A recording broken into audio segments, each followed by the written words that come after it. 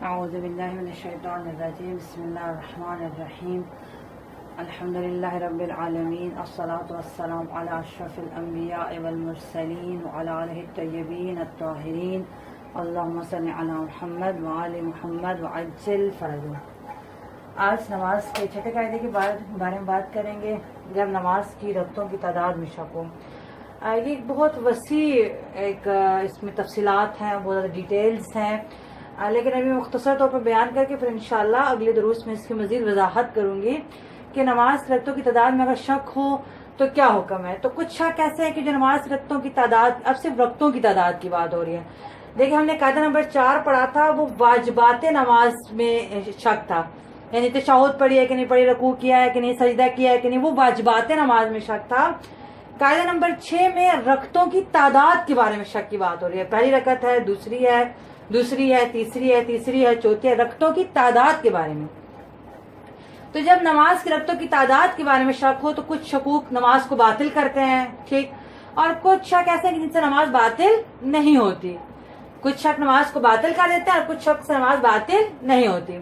تو نماز کی رکعتوں کی تعداد میں شک کے لیے سب سے پہلے یہ نیچے میں نے تھوڑا سا لکھا ہے کہ رکعتوں کی تعداد کتنی ہے، تاکہ آپ کو یہ مسئلہ سمجھنے میں آسانی ہو جائے کہ واجب نمازوں میں رکعتوں کی تعداد کتنی ہے۔ جو ہم واجب نمازیں پڑھتے ہیں اس میں رکعتوں کی تعداد کتنی ہے، صحیح؟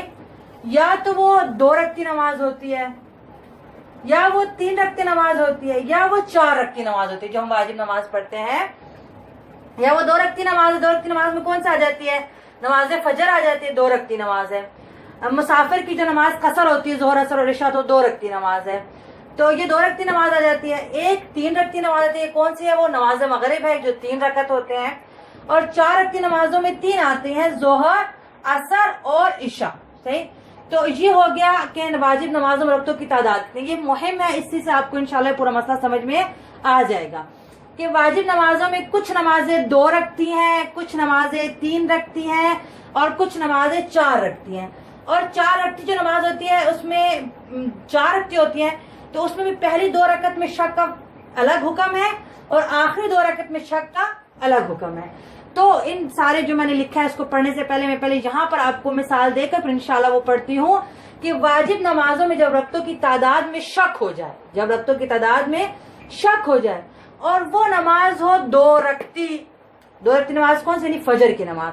فجر کی نماز پڑھتے ہوئے شک ہو میری پہلی ہے یا دوسری ہے، کہ تیسری تو نہیں پڑھنی شروع کر دی، صحیح، یا مسافر کی نماز۔ تو جب بھی 2 رکعتی نماز کی رکعتوں میں شک ہو جائے تو نماز باطل ہو جاتی ہے۔ نماز کیا جاتی ہے؟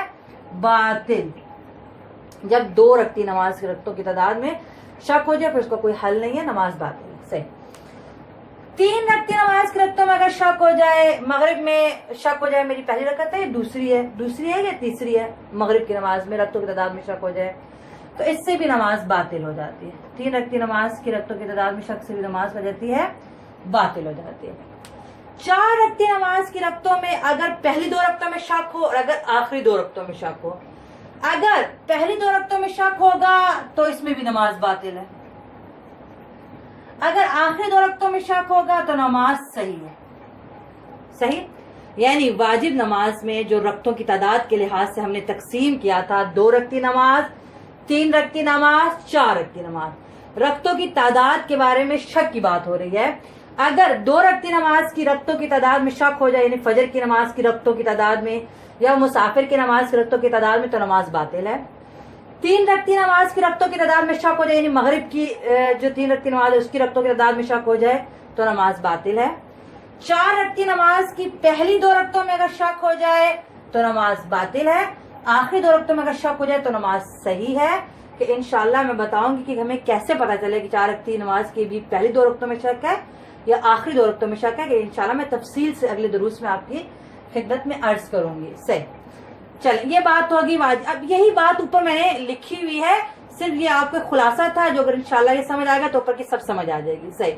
تو ہم نے کہا جو شک نماز کو باطل کرتے ہیں اس میں پہلا کیا ہے؟ 2 رکعتی اور 3 رکعتی نماز کی رکعتوں کی تعداد میں شک، 2 رکعتی اور 3 رکعتی جو میں نیچے آپ کو بیان کر دیا کہ 2 رکعتی نماز باطل ہے، 3 رکعتی نماز کی تعداد میں بھی شک باطل ہے۔ تو یہ ہوگا پہلا شک جو نماز کو باطل کرتا ہے۔ دوسرا شک کیا ہے، کوئی شک کرے یا بہت 4 رکعت کی نماز میں شک رہا ہے، میری دوسری رکعت ہے 5ویں یعنی 2 اور 5 میں شک کرے، نماز کو باطل کر دیتا ہے۔ 3 اور 6 میں شک کرے، میری تیسری رکعت ہے یا چھٹی یا اس سے زیادہ میں شک کرے، نماز باطل ہو جاتی ہے۔ 4 اور 6 یا اس سے زیادہ رکعتوں میں شک کرے تو نماز باطل ہو جاتی ہے، اور 4 رکعتی نماز کی پہلی 2 رکعتوں میں، جو کہ میں نے یہاں بتا دیا، 4 رکعتی نماز کی پہلی 2 رکعتوں میں شک کرے تو نماز باطل ہو جاتی ہے۔ تو یہ وہ 5 شک ہیں جو رکعتوں کی تعداد میں کیے جائیں اور نماز باطل ہو جاتی ہے۔ سب سے پہلے 2 رکعتی نماز باطل ہو جاتی ہے، 3 رکعتی نماز باطل ہو جاتی ہے، تو اس میں تو یعنی کوئی حل ہی نہیں ہے۔ اچھا 4 رکعتی نماز میں اگر آپ کو 2 اور 5 میں شک ہے تو بھی باطل ہے، 3 اور 6 میں شک ہے تو بھی باطل ہے، 4 اور 6 سے زیادہ میں ہے تو بھی، اور 4 رکعتی نماز کی پہلی 2 رکعتوں میں شک ہے تو بھی نماز کیا ہے؟ باطل ہے۔ اچھا جس شخص سے نماز باطل ہوتی ہے، جو ایک میں نیچے آپ کو بیان کر چکی کہ 4 رکعتی نماز کی جو آخری 2 رکعتیں ہیں اس میں شک نماز کو باطل نہیں کرتا۔ تو بس یہی ایک ہی چیز ہے، جس شخص سے نماز باطل نہیں ہوتی، 4 رکعتی نمازوں کی آخری 2 رکعت میں شک، یہ وہ شک ہے کہ جس سے نماز باطل نہیں ہوتی۔ اور اس سے پہلے کہ میں اس کو دوبارہ ایک خلاصہ کروں، ایک ملاحظہ، ایک نوٹ، ایک پوائنٹ، ایک نقطہ ہے جس کی طرف توجہ کرنی ہے کہ شک پیش آنے کی صورت میں نمازی کو چاہیے تھوڑا غور و فکر کرے، یعنی ایسا نہیں کہ جیسے شک آیا آپ نے نماز باطل کر دی یا چل پڑے، نہیں، تھوڑا سا، اب اتنا بھی نہیں سوچنا کہ موالات ختم ہو جائے، تھوڑا غور و فکر کرے، اگر اسے کچھ سمجھ میں آ جاتی ہے تو اسی کے مطابق عمل کر لیں، صحیح۔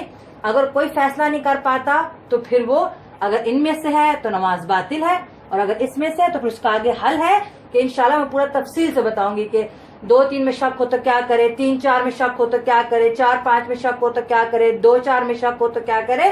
یہ جو صحیح ہے جس میں نماز آخری 2 رکعتوں میں شک ہے، اس میں آگے خود 9 شکوک ہیں، 9 صورتیں ہیں۔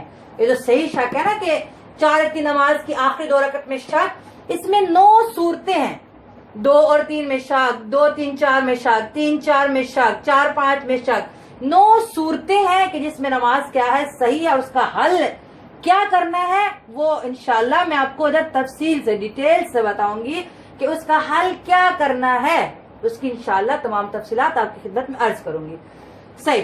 اب ان 4 رکعتی نمازوں کی آخری 2 رکعتوں میں شک کی 9 صورتیں ہیں جن میں نماز صحیح ہے، اور کچھ صورتیں جس میں نماز باطل ہے، میں نے یہاں لکھ دی ہیں، 2 اور 5 میں شک، 3 اور 6 یہ میں نے یہاں لکھ دی ہیں کہ جن میں نماز باطل ہے، صحیح۔ اچھا اب کیا کرنا ہے؟ شک پیش آنے سے تھوڑا غور و فکر کرنا ہے، تھوڑا سوچنا ہے۔ اگر شک کی ایک طرف، دیکھیں شک میں 2 پلڑے ہوتے ہیں، مجھے لگ رہا ہے یا میری 3 ہے یا میری 4، یا میری پہلی ہے یا میری دوسری رکعت ہے، تو 2 پلڑے ہوتے ہیں، 2 اس کے اطراف ہوتے ہیں، 2 اس کی جہت ہوتی ہے۔ اگر کسی ایک طرف وہ تھوڑا غور و فکر کرے اور ایک پلڑا بھاری ہو جائے تو بس پھر اسی پر عمل کر لے۔ دیکھیں حالانکہ ایک اور نقطہ میں آپ کو وضاحت کر دوں، دیکھیں جو علم ہے نا، ایک ہے علم یقین، ایک ہے گمان اور ایک ہے شک، 3 چیزیں۔ یہ علم کے آپ سمجھے کہ کچھ درجات ہیں۔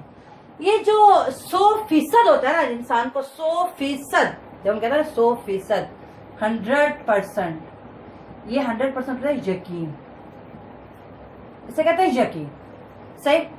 100 سے جو نیچے آتا ہے نا، مثلا مجھے 90% لگ رہا ہے، 80% لگ رہا ہے، 70% لگ رہا ہے، اسے کہتے ہیں ظن یا گمان، اسے کہتے ہیں ظن یا گمان، جو یقین سے کم ہوتا ہے۔ اچھا شک سے اوپر ہوتا ہے، شک سے اوپر ہوتا ہے 80% کے بعد جو 50% ہو جاتا ہے نا، جب دونوں پلڑے برابر ہوتے ہیں، ہم کہتے ہیں کہ 50%، 50 لگ رہا ہے کہ 50% لگ رہا ہے کہ 50%، اس سے کہتے ہیں شک۔ اس کو کیا کہتے ہیں؟ شک۔ یہ ہے شک جس کے دونوں پلڑے برابر ہو جاتے ہیں، یہ ہے شک جس کے دونوں پلڑے برابر ہو جاتے ہیں، ٹھیک۔ اب 3 باتیں اپنے ذہن میں رکھیں، ایک ہوتا ہے یقین جو 100% ہمیں ہو جائے، 100%، اسے کہتے ہیں یقین۔